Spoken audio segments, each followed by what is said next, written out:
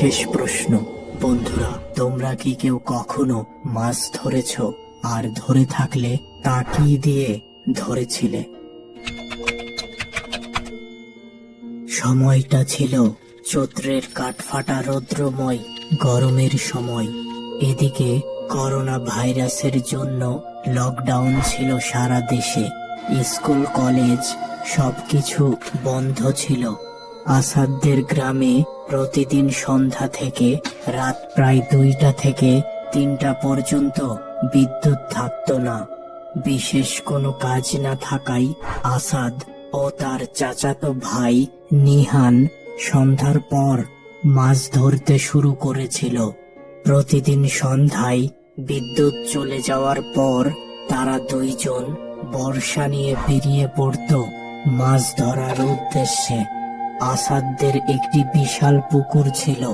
তারা দুইজন ওই পুকুরেই মাছ ধরত।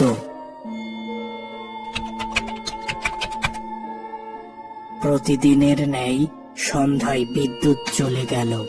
এবার আসাদ ও নিহান একটি বর্ষা নিয়ে বাহির হলো মাছ ধরার উদ্দেশ্যে। আসাদদের পুকুরে অনেক চেষ্টা করেও কোনো মাছ পেল না তারা দুইজন। রাত তখন প্রায় 10:30। আসাদ ও নিহান সিদ্ধান্ত নিল তারা এবার তাদের গ্রামের ছোট একটি খালে মাছ ধরতে যাবে। খালটি ছিল আসাদদের পুকুর থেকে কিছুটা দূরে। এই খালটি কিছু দূরে যে মিলিত হয়েছে একটি নদীর সাথে। তবে এই খালের পাড়ে একটি বহু প্রাচীন গাছ আছে। গ্রামের অনেকে মনে করে এই গাছের বয়স 100 বছর। রাতের বেলা কেউ ওই গাছটির কাছে ভয়ে যেত না। গ্রামের মানুষ বিশ্বাস করত ওই গাছের নিচে পিশাচ বসবাস করে। আসাদ ও নিহান খুব ভালো করেই ওই গাছটির ব্যাপারে জানত। তাই তারা খালে পৌঁছে প্রথমে ওই গাছটি থেকে দূরে মাছ ধরার চেষ্টা করছিল। কিন্তু এখানেও অনেক চেষ্টা করে তারা কোনো মাছ পেল না। এমন সময় ওই গাছের দিকের পানি থেকে মাছের ভেসে ওঠার শব্দ শুনতে পেল তারা দুইজন। শব্দ শুনে তারা বুঝতে পারল ভীষণ বড় মাছ। এবার তারা সাহস করে ওই দিকে এগিয়ে গেল এবং যে দৃশ্য দেখল তাতে তারা ভীষণ অবাক হলো। এত বড় শোল মাছ তারা জীবনে কখনো দেখেনি। লোভ সামলাতে না পেরে আসাদ দ্রুত তার হাতে থাকা বর্ষাটি নিক্ষেপ করলো ওই মাছটিকে লক্ষ্য করে এবং ওই দিকে নিহান টর্চের আলো ফোকাস করলো। তারা বুঝতে পারলো বর্ষাটি মাছের গায়ে বিঁধেছে। এবার যখন আসাদ ওই মাছটি সংগ্রহ করতে যাবে ঠিক তখন নিহানের হাতে থাকা টর্চটি নিভে গেল। নিহান বেশ অবাক হলো এবং সে মনে মনে ভাবল টর্চে তো ফুল চার্জ ছিল, তাহলে হঠাৎ নিভে গেল কেন? এবার সে টর্চে হাত দিয়ে 2 বাড়ি দিল। সাথে সাথে টর্চ জ্বলে উঠল। কিন্তু টর্চের আলোতে তারা যা দেখল তাতে তারা একেবারে হকচকিয়ে গেল। বর্ষার মাথায় সেই মাছটি আর নেই। তারা ভীষণ ভয় পেল এবং দ্রুত ওইখান থেকে বাসায় ফিরে আসলো।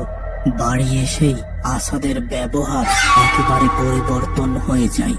সে তার বাবা মাকে অকথ্য ভাষায় গালি দিতে শুরু করে। এমনকি রান্নাঘর থেকে সে একটি কাঁচা মাছ খাওয়া শুরু করে এবং গোঙাতে থাকে। তার বাবা ব্যাপার কিছুটা বুঝে আসাদকে ওই রাতে একটি ঘরে আটকে রাখে।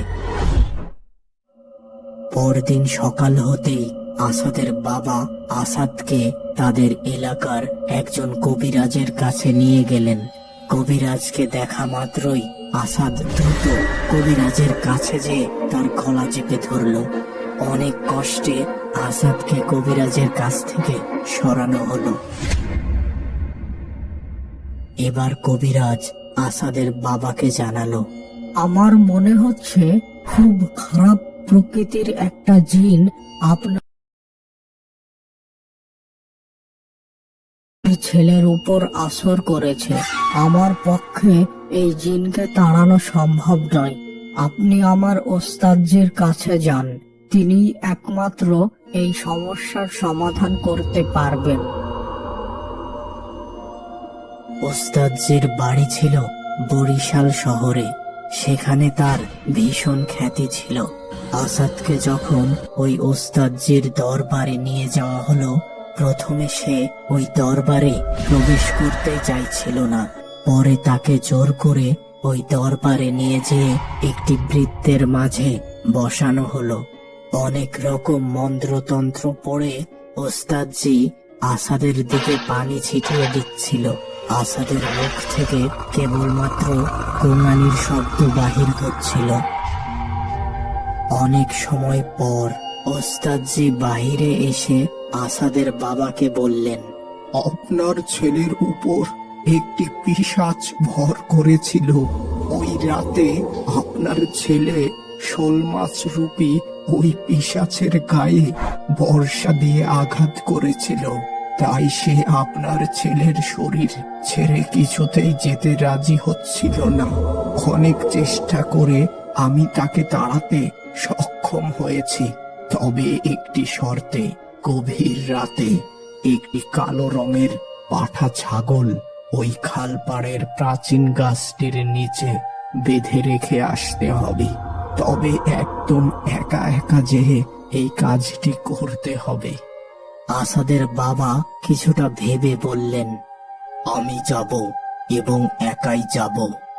ঠিক আছে, বেশ ভালো, তবে সাবধান। ছাগল নিয়ে যাওয়ার সময় ভুলেও পেছনে তাকাবেন না। বিভিন্ন প্রকার অদ্ভুত শব্দ শুনতে পাবেন, তবে সেদিকে ভুলেও তাকাবেন না। আমি আপনাকে একটি তাবিজ দেব, এটি সাথে রাখলে কোনো সমস্যা হবে না। ওই দিন ছিল শনিবার। গভীর রাতে আসাদের বাবা একদম একা একটি পাঠা ছাগল নিয়ে হেঁটে চলেছে ওই খালপাড়ের ওই গাছের উদ্দেশ্যে।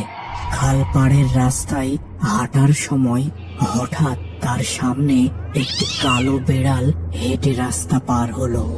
এবার একটু এগোতেই একটি করুণ কান্নার শব্দ শুনতে পেল আসাদের বাবা।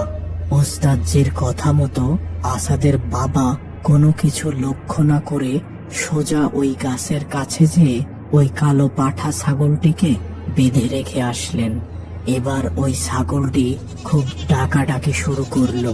আসাদের বাবা কিছুটা পথ এগোতেই আবার তার সামনে দিয়ে ওই কালো বেড়ালটি রাস্তা পার হলো এবং অল্প কিছু সময় পর হঠাৎ ওই ছাগলের ডাক বন্ধ হয়ে গেল। আসাদের বাবা কৌতূহল বশত একবার পিছন ফিরে তাকালেন আর দেখলেন ছাগলটি গাছের নিচে দাঁড়িয়ে আছে, কিন্তু তার মাথা আর নেই। আসাদের বাবা দৌড়ে বাসায় এসে অজ্ঞান হয়ে গিয়েছিলেন। তবে পরদিন থেকে আসাদ সম্পূর্ণ সুস্থ হয়ে যায় এবং তার চাচাতো ভাই নিহান, যার ওই রাতের পর থেকে প্রায়ই জ্বর আসতো, সেই জ্বর আসাও সেরে যায়।